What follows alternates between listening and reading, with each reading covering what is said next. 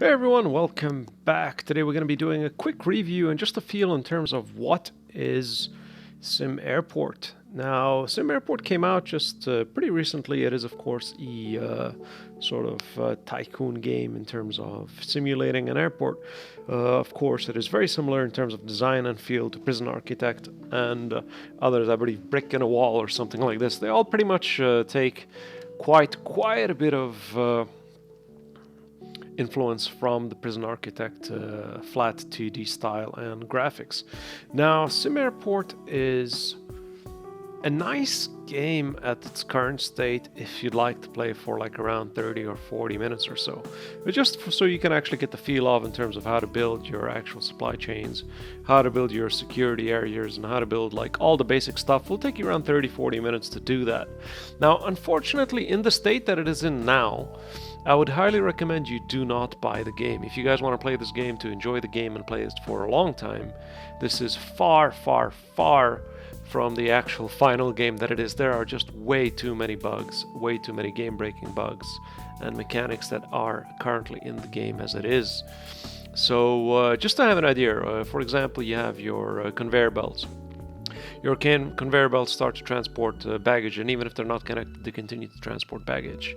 You have massive lag spikes the moment you start to reach a population above a specific amount of period. You have lots of bugs in terms of how the cars drive on the roads, that they're not optimized, that they actually crash between each other.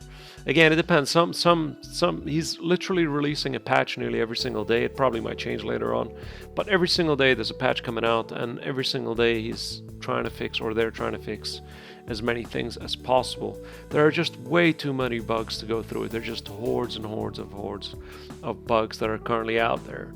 The current recent bug from the latest patch is that the planes actually get stuck on the runway. Some vehicles get stuck on the runway. Now again, if you do start off the game in the beginning, you will be able to somehow enjoy the game decently. For example, here you see that I'm placing the conveyor belts. Now the moment you demolish these, like I mentioned before, the baggages keep going. The same thing applies to a lot of actual core gameplay mechanics.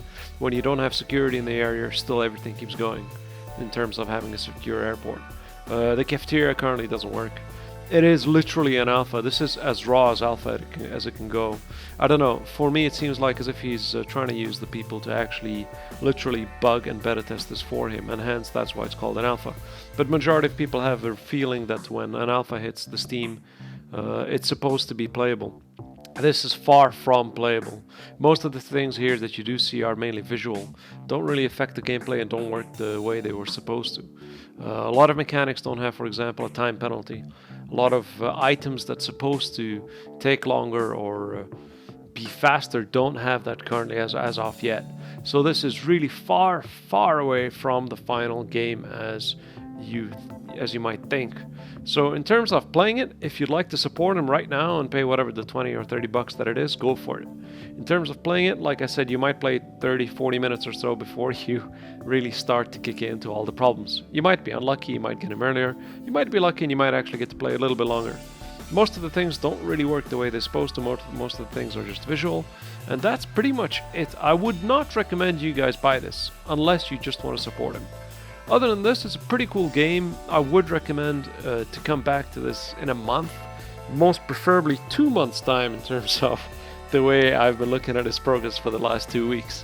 So that being said, it is really cool, and I would recommend you guys stick this on your wish list and come back to it in 2 months' time, once actually the majority of core gameplay issues have been resolved.